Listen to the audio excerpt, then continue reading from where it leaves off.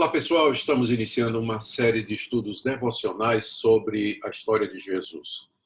Nosso objetivo é expor os eventos mais importantes na vida do nosso Senhor e Salvador, de acordo com os registros que nós temos nos 4 evangelhos, particularmente nos 3 evangelhos sinóticos, Mateus, Marcos, Lucas e João. Nós usaremos como base a cronologia da história de Jesus, que temos no evangelho de Marcos, mas iremos naturalmente ler os outros evangelhos também, na medida que uma complementação for necessária ou uma explicação a respeito de um fato que precise do testemunho de todos os sinóticos. E nós vamos começar hoje com o episódio do nascimento de Jesus, a narrativa do evento de Jesus. Na verdade, são 5 episódios que eu gostaria de destacar e de lembrar. O primeiro deles é a anunciação do anjo Gabriel a Maria, que nós encontramos em Lucas, capítulo 1, do verso 26 até o verso 38. Maria era uma jovem judia, nós não sabemos a idade, provavelmente bem abaixo dos 20 anos. Ela morava em Nazaré da Galileia e era da tribo de Judá. E ela estava noiva de José, que tinha como profissão carpinteiro. Naquele tempo, os pais arranjavam os casamentos. Geralmente o rapaz tinha entre 18 e 20 anos e a moça era aí em meados dessa faixa aí, 13, 14, 15, 16 anos de idade. Eles estavam noivos, ainda não tinham tido relações, como era a prática judaica naquele tempo. Quando uma noite um anjo do Senhor apareceu a Maria, o anjo Gabriel, que se apresentou como aquele que assistia na presença de Deus, e disse a Maria que ela engravidaria do Espírito Santo e que ela teria um filho. Está aí do verso 26 a 38 do capítulo 1 de Lucas. O anjo explicou que aquele menino seria gerado pelo Espírito Santo, que viria sobre Maria, que por isso ele seria o Filho de Deus e que seu nome seria Jesus, porque ele haveria de livrar o seu povo dos seus pecados. Maria, então, nós sabemos o relato, ela se assusta com a presença do anjo, humildemente se submete e crê naquilo que foi dito que haveria de acontecer. E, provavelmente, então, ela anuncia o fato ao seu noivo José, que aparentemente não acredita nela, porque em Mateus, capítulo 1, de 18 a 25, nós lemos que José, ao tomar conhecimento de que Maria estava grávida, ele então planejou deixá-la em secreto, para evitar ter que denunciá-la por adultério. Era isso que haveria de acontecer. E se Israel não tivesse debaixo do domínio estrangeiro, provavelmente Maria seria exposta ao apedrejamento por adultério, porque embora não tivessem casado ainda, aquele período de espera de noivado era considerado como um compromisso formal, um compromisso sério.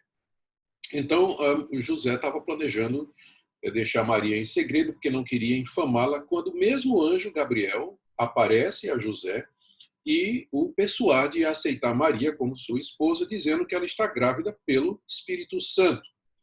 E o anjo ratifica que o nome da criança é Jesus, que seria filho de Deus, que salvaria o seu povo dos seus pecados. Aliás, essa é a interpretação do nome Jesus, que é Josué no Antigo Testamento, que vem da raiz hebraica Yashá, que significa salvar. Bom, então José recebe Maria como sua esposa e nós lemos que ele não teve relações com ela até que ela deu à luz a seu filho. E, evidentemente, depois disso, depois que Jesus nasceu, José e Maria viveram uma vida matrimonial absolutamente normal. Então, esse é o primeiro episódio da história de Jesus, que é a anunciação do nascimento de Jesus a Maria e a reação de José. O segundo episódio é o nascimento de Jesus, que se deu em Belém da Judeia, e ele está registrado em Lucas, capítulo 2, de 1 a 20.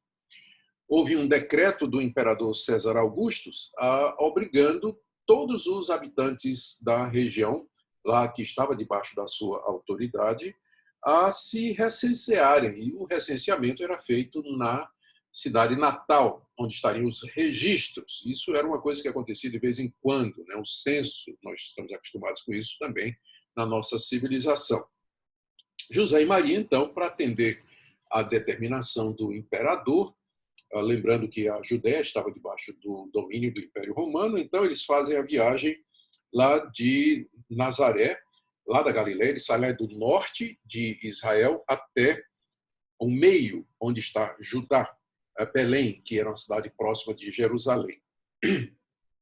E nós lemos que quando eles chegaram na cidade, lá em Belém, que era a cidade onde eles deveriam fazer o recenseamento, chegou o momento de Maria dar à luz o seu filho.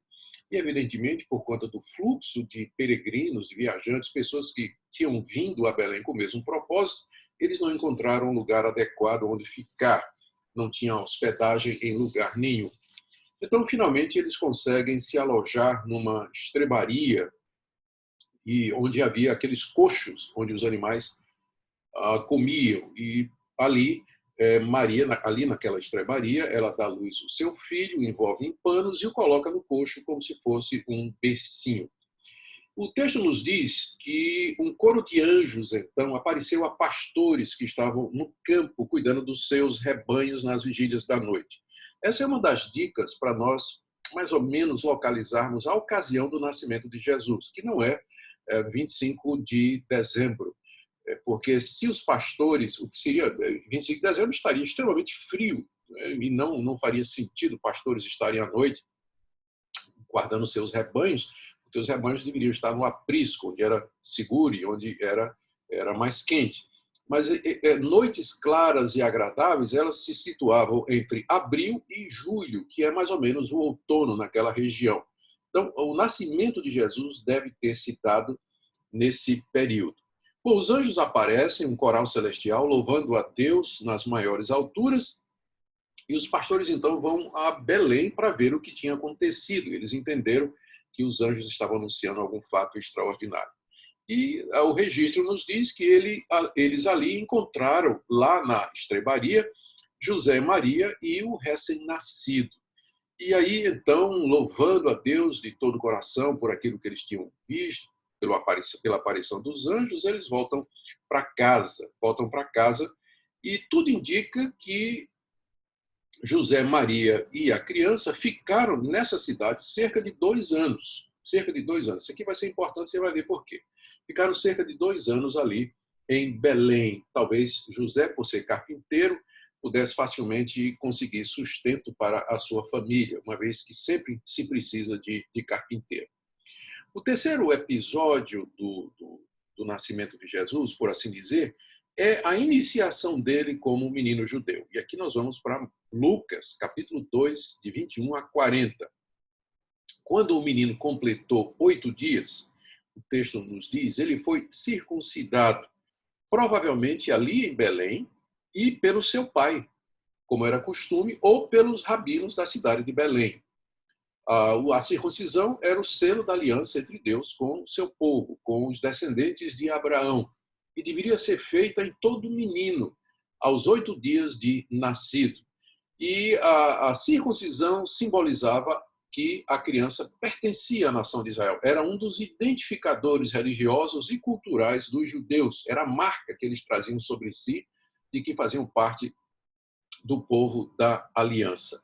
Então, ao fazer isso, Jesus, o Filho de Deus, nascido ali como um de nós, como um bebê, ele se submete aos requerimentos da lei de Deus que estavam em vigor naquela época. Depois, nós lemos que o casal, juntamente com a criança, eles vão para Jerusalém, para o templo. Diz lá o texto que, cumprido o tempo da purificação. A lei de Moisés determinava que, depois que uma mulher desse à luz ao filho, ela ficaria impura por 40 dias. Por quê? Porque o processo era sanguinolento. E a lei de Moisés dizia que não se podia ter contato com ninguém que tivesse um fluxo de sangue. E que se alguém vertesse sangue, então aquela pessoa estaria impura. Então a lei de Moisés era muito estrita com relação a essa questão de sangramento. Então a mulher que deu à luz ao filho, houve sangramento, naturalmente, ela ficava impura durante 40 dias.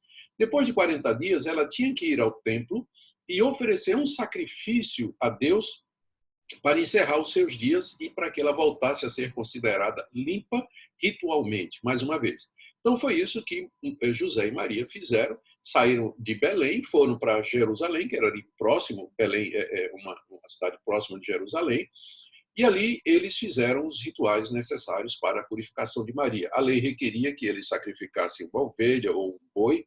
Como eles eram pobres, eles trouxeram um casal de pombinhos. Enquanto eles estavam ali no templo, duas testemunhas apareceram da presença do Filho de Deus ali. Primeiro foi Simeão, que era um homem justo, que esperava a consolação de Israel, era temente a Deus, e guiado pelo Espírito Santo, ele foi ao templo no mesmo momento em que José e Maria estavam com Jesus oferecendo o sacrifício pela purificação. Ele toma a criança nos braços e louva a Deus, dizendo que os seus olhos estão vendo o cumprimento das promessas e a chegada daquele que haveria de resgatar Israel. Ao mesmo tempo, também, uma profetisa por nome Ana, da tribo de Azer, que morava no templo, era viúva e que dia e noite se dedicava a orar e jejuar, ela então também a todos falava da chegada do menino e de como ele era realmente o Filho de Deus. Depois desse episódio extraordinário, primeiro teve a circuncisão do menino aos 8 dias, 40 dias ele foi apresentado ao templo junto com a purificação da sua mãe, e agora eles retornam para Belém da Judéia. O quarto episódio na saga do nascimento de Jesus é a visita dos magos, que se encontra em Mateus capítulo 2, de 1 a 23. Cerca de 2 anos depois do nascimento de Jesus, apareceram os magos vindos do Oriente em Jerusalém perguntando pelo Messias. Os magos eram uma espécie de sábios, uma mistura de sábios com encantadores, com astrólogos e também pessoas que mexem com ciências ocultas, com bruxaria, feitiçaria, talvez, não necessariamente isso. Os magos, então, esse pessoal, eles eram da região da Mesopotâmia, que era o Oriente. E eles viram uma estrela aparecer no céu e eles interpretaram que aquilo significava o nascimento daquele que haveria de ser o rei de Israel. Como é que isso poderia ser? Existem muitas especulações a respeito disso, mas uma que me parece bastante plausível é que esses magos lá no Oriente, lá na Babilônia, eles conheciam a tradição que foi iniciada por Daniel, cerca de 600 anos antes, quando Daniel esteve lá na Babilônia como um dos cativos de Judá. Vocês lembram que Daniel se tornou o chefe dos magos e que ele acompanhou 3 imperadores que se ascenderam, que levantaram-se ali no domínio de toda aquela região. Então, Daniel, com certeza, transmitiu a esperança messiânica, a esperança dos judeus. E aquela profecia que está lá no Pentateuco, de que uma estrela haveria de aparecer em Judá. E os magos, então, que conheciam essa tradição, conheciam essa escritura, eles entenderam, com o surgimento daquela estrela, que a promessa tinha se cumprido e que o rei dos judeus havia nascido. Então, eles fizeram a viagem lá do Oriente até chegar em Jerusalém, à procura do recém-nascido rei dos judeus. Nós não sabemos se eram 3, as pessoas acham que eram 3, porque mais adiante vai dizer que eles deram 3 presentes, ouro, incenso e mirra. Nós não sabemos se eram reis, não tem nada no texto que digam que eles eram reis, talvez o pessoal pense assim por causa da riqueza do presente. E nem também sabemos os seus nomes, que é alguma coisa que está em livros apócrifos adotados pela Igreja Católica. Nós sabemos apenas que eram magos que vieram do Oriente, interpretando aquela estrela como sendo o cumprimento das profecias que eles aprenderam e que tinham origem em Daniel. E eles chegaram então na cidade, e aí vocês conhecem a história, o rei Herodes, né, que era um preposto dos romanos ali, colocado pelos romanos para estar naquela região, parece até que ele nem era judeu, era idumeu. Ele então, quando soube, né, que a cidade ficou alvoroçada com a chegada daquele pessoal, provavelmente estava em camelos e tinha toda aquela caravana, tinha servos ao redor, não era uma coisa que passasse despercebida. O Herodes tomou conhecimento e soube que eles estavam à procura do recém-nascido rei dos judeus. Ora, o rei dos judeus era Herodes. Então, ele já viu essa criança como sendo um rival. E aí, então, ele pergunta detalhadamente aos magos, né, quando foi que a estrela apareceu. Quando foi que a estrela apareceu, e aí pediu, olha, vocês vão, descubram onde está a criança, que ele interrogou, Herodes interrogou o pessoal ao seu redor, mas essa profecia do nascimento do futuro rei dos judeus, ele vai nascer aonde? Está escrito que ele vai nascer em Belém, da Judéia, né? Citando uma das profecias do Antigo Testamento. Então, Herodes encorajou os magos, dizendo, vão lá em Belém, descubram onde está a criança e me digam que eu quero lá e adorar também. Nada. Ele queria matar aquele que seria o rival. Bom, os magos vão para a Belém, a estrela que os tinha guiado desde a Mesopotâmia, para exatamente da casa onde estava o menino. Note que, nessa altura, ele não estava mais na estrebaria, né? Já fazia 2 anos, ele estava na casa deles ali em Belém. E aí, então, os magos entram na casa, encontram a criança e oferecem aquilo que eles haviam trazido, que era ouro, que era incenso, um perfume muito caro, muito raro, e mirra, que é uma resina aromática feita com a seiva de certos arbustos, também algo muito caro, algo muito valioso e precioso, né? Temos que lembrar que são essas ofertas aí que mais adiante vão ajudar quando a família de José Maria e um menino tem que fugir para o Egito, né? E com certeza essas ofertas serviram para o sustento deles ali. E os magos foram avisados por Deus em sonhos de que eles não deveriam voltar para contar a Herodes, mas que eles deveriam ir embora. E aí eles foram embora. Quando Herodes percebeu que ele havia sido enganado, ele ficou furioso e mandou matar todos os meninos de 2 anos para baixo, ali em Belém e nas cidades vizinhas. Está aí em Mateus capítulo 2, 16 a 18. 2 anos para baixo, porque quando ele perguntou aos magos, né, os magos disseram que fazia mais ou menos 2 anos que a estrela havia aparecido, o que significa que Jesus devia ter em torno de 2 anos a essa altura. Nós estamos acostumados a ver os presépios, né, onde você tem os pastores, você tem os magos na estrebaria. A visita dos magos se deu bastante tempo depois dos pastores lá na estrebaria em Belém, né? Os magos vão agora para casa cerca de 2 anos depois. Esse crime, esse assassinato cometido por Herodes é um cumprimento também de uma profecia. Trouxe grande clamor, grande tristeza. Imagina a morte de meninos de 2 anos para baixo, de primogênitos. José e Maria foram avisados por um anjo, avisados por Deus de que Herodes ia mandar matar todo mundo, e aí eles escaparam para o Egito. Fizeram uma viagem lá de Judá, descendo para o sul, você pode ver no mapa, uma longa viagem até no Egito. E lá eles ficaram até que Herodes morresse. E então eles voltaram para habitar na cidade de José e Maria, que era Nazaré da Galileia, que ficava ao norte de Israel. O próximo episódio que nós lemos a respeito, ou em torno do nascimento de Jesus, é a sua infância e a sua ida ao templo. E aqui nós voltamos para o relato de Lucas, Lucas 2, de 41 a 52. Jesus cresceu ali em Nazaré da Galileia. Ele cresceu juntamente com seus irmãos, porque José e Maria tiveram filhos depois de Jesus. Lá em Marcos, capítulo 6, de 1 a 4, nós encontramos os nomes dos irmãos de Jesus: Tiago, José, Judas e Simão. Esse Tiago vai ser mais tarde o Tiago que vai escrever a carta que tem esse nome. E Judas é aquele que também escreve a carta que tem o nome de Judas. Então, eram os irmãos de Jesus. Jesus também teve irmãs, só que os nomes não são mencionados. Não é? A Igreja Católica, na tentativa de manter a doutrina de que Maria permaneceu virgem até a sua morte, mesmo depois de dar a luz a Jesus, ela diz que irmão aqui, na verdade, era primo, não é?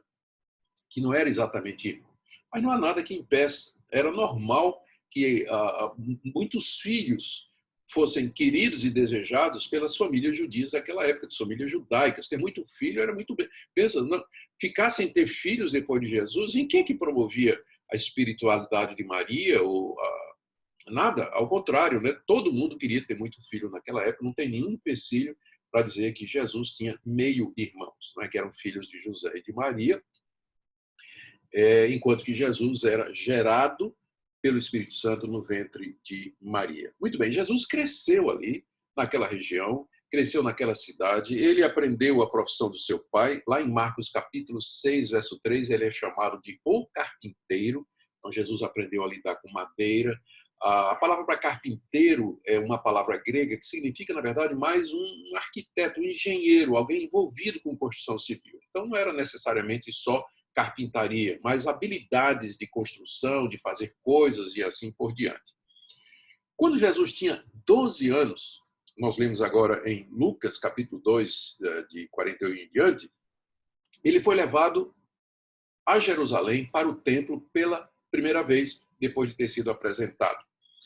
E isso para uma das festas religiosas dos judeus. Isso era costume dos judeus, quando a criança fazia 12 anos, apresentá-la no templo.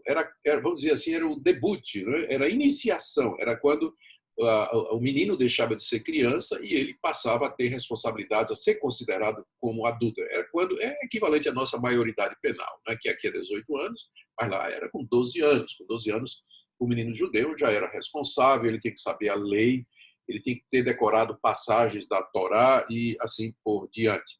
Então, José e Maria levaram Jesus para o templo pela primeira vez. Nós conhecemos a história. Só por curiosidade, atualmente os judeus ainda têm um ritual de passagem, só que é feito aos 13 anos. Eles chamam de Bar Mitzvah, que significa filho do mandamento. Até hoje os judeus praticam esse ritual, só que não no templo, né? Mas nas sinagogas deles. Bom, quando voltaram para casa depois da festa, que durava alguns dias, José e Maria, no caminho, perceberam a falta de Jesus e procuraram ali no meio da parentela, não encontraram, voltaram e encontraram Jesus sentado no templo, conversando com os doutores da lei. Os doutores da lei eram escribas. Os escribas tinham a responsabilidade de copiar a lei de Moisés. Eles passavam a vida fazendo cópias e mais cópias da lei de Moisés. E de tanto copiarem, eles eram muito versados, eles conheciam bem o conteúdo da lei.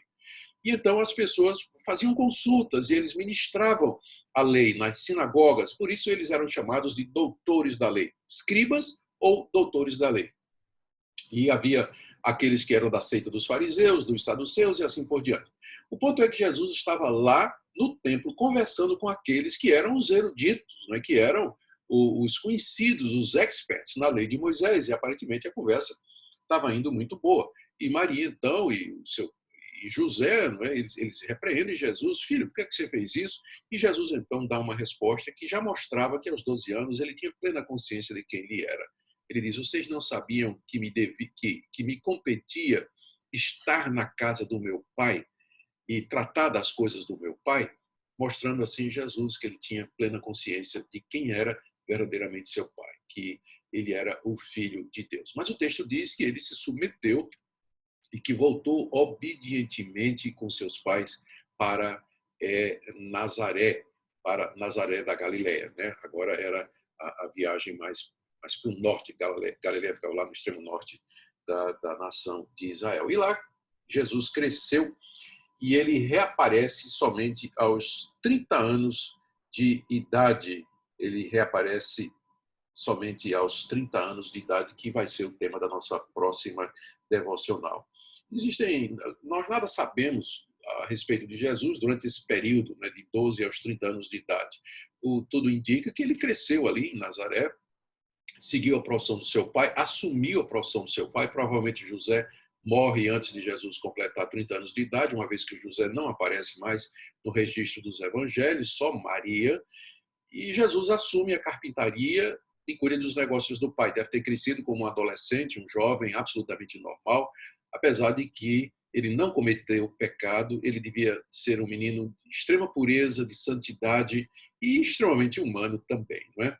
Existem muitos evangelhos apócrifos, chamados narrativas da infância, que, na tentativa de suprir essa lacuna, né, onde Jesus esteve dos 12 aos 30 anos, contam histórias fantasiosas a respeito de Jesus, episódios da vida dele que não merecem crédito, porque são evidentemente folclore e lendas, histórias inventadas pela curiosidade que deseja suprir essa lacuna dos evangelhos sobre a vida de Jesus. Os evangelhos não relatam nada dos 12 aos 30 anos, porque não era o tempo de Jesus, porque não tem nada a relatar. Ele estava crescendo, não é? Como humano que ele era, crescendo, tomando conhecimento de todas as coisas, desenvolvendo sua vida e se preparando para ministrar a Israel, que é o que ele vai fazer quando tem 30 anos de idade, como eu já disse. É o que nós vamos tratar na próxima devocional. O que nós podemos aprender desses 5 episódios extraordinários em redor da chegada do Filho de Deus? Primeiro, Jesus de fato era o Filho de Deus. Ele foi gerado no ventre de Maria pelo Espírito Santo.